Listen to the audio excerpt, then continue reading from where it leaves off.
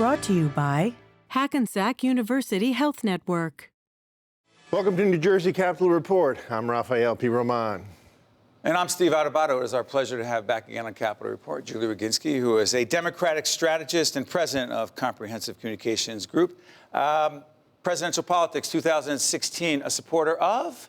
Hillary Clinton. Yeah, I'm not surprised. And also well, what are the alternatives, right?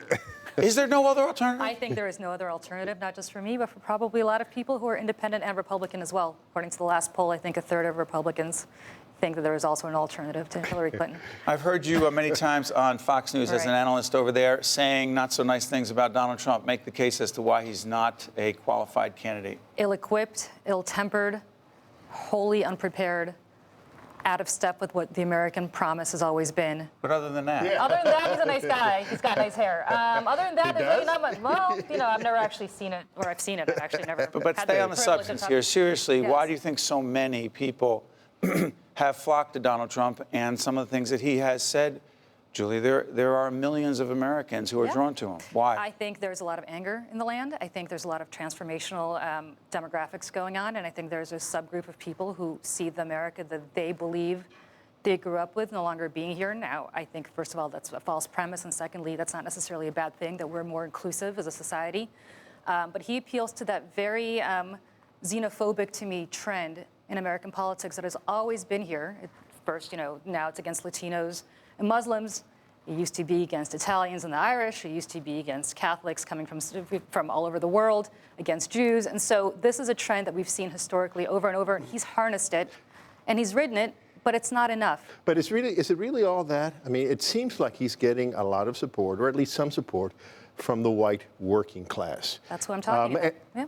But are you saying that they're supporting him because they're xenophobic, bigots, racist? I'm saying. Couldn't it be because he's talking about a nationalist economy, unlike many Republicans have in the past? He's talking, in fact, like Bernie Sanders in many respects, and he has directly appealed to some Bernie Sanders voters. What I'm trying to get is, I have interviewed two progressives, and both progressives have spoken about this white working class as racist, xenophobic, as a bunch of Archie bunkers. And I'm wondering if that's a mistake the Democrats are making. I don't think that's the sole reason. Look, there is clearly a lot of suffering in the land.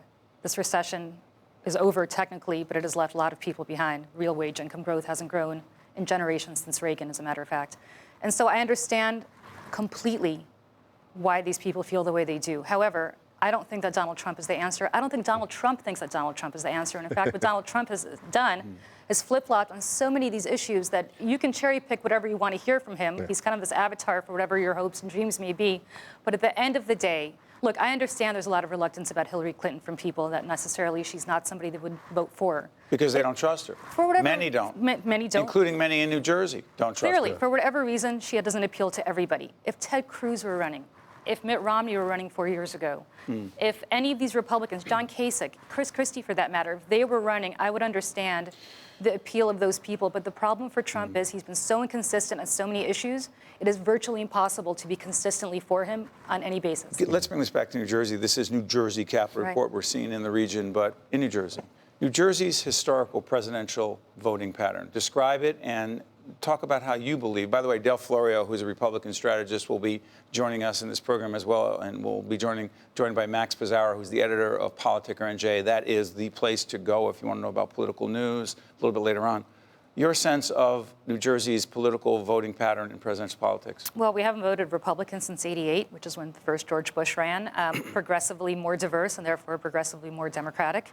I don't expect that to change. And I think at the end of the day, New Jersey will deliver what it delivers consistently and has for the last 25 years, which is a Democratic victory for the Democratic nominee. You don't think Trump's tapping into something in New Jersey? I think Trump is tapping into nothing in New Jersey. And in fact, I think any Republican in New Jersey, including this governor who's aligned himself with Donald Trump, has consistently taken what is appealing about New Jersey Republicans, which is that they're moderates, that they're inclusive, has turned it 1,000% on its head, and disgraced himself by aligning himself with Governor Christie? 100%. So let me ask you, what are the so where does he go? Where does Trump go? What does he win? I'm sorry for interrupting, but I can't just let that whole Christie disgrace himself. Christie ran.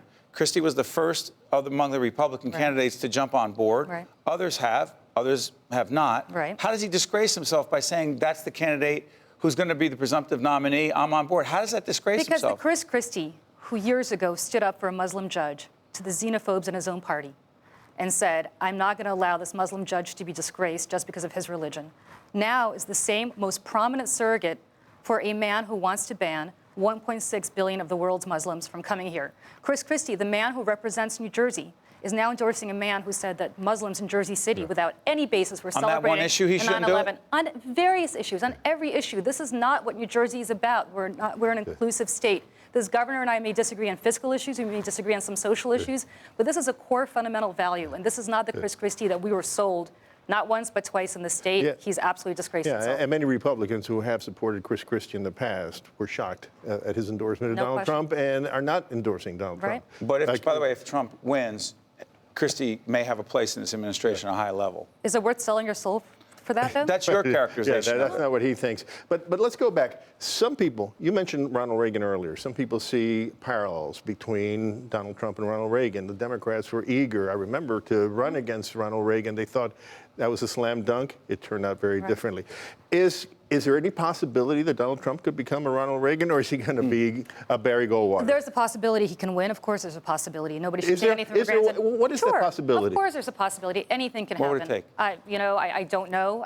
What states can he win that Romney did not win? I truly don't know. I mean, what could it take? Some massive catastrophe that takes Hillary Clinton out of the running, some revolution we don't know about. It's the James Comey primary, as people James Comey primary, which is impractical and unrealistic, I think, but I guess hope springs eternal for people who want the Hail Mary pass. He's the FBI investigating the head of the FBI. But I will say, for Donald Trump to win and then governor, two very different things. Now, Ronald Reagan, look, I can disagree with him on a lot of things, but Ronald Reagan, as his own son said, his oldest son and all of his children, actually, Michael Reagan, was an inclusive man, or tried to be.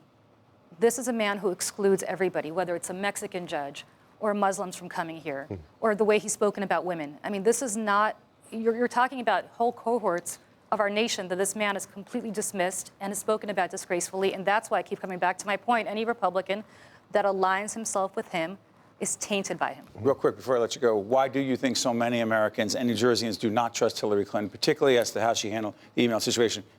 Huge mistake. Huge mistake. She made the mistake. Huge mistake handling the email situation the way she did. There was no excuse for it. She should not have done it. She wasn't as honest as she should have been. She should never, ever have had the private server. No excuse for having it. Julie Roginsky is a Democratic strategist, president of Comprehensive Communications Group, and a contributor at Fox News. Thank you so much, Julie. There is a place that pushes beyond traditional thinking to take medicine further than ever before, where science and creativity work together to give heart and cancer patients new possibilities, and researchers discover options for children who once had none. A place that proves every day that impossible is just an opinion.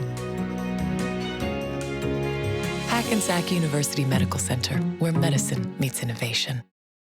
Also brought to you by New Jersey Sharing Network, International Union of Operating Engineers, Local 825. And by Seton Hall University,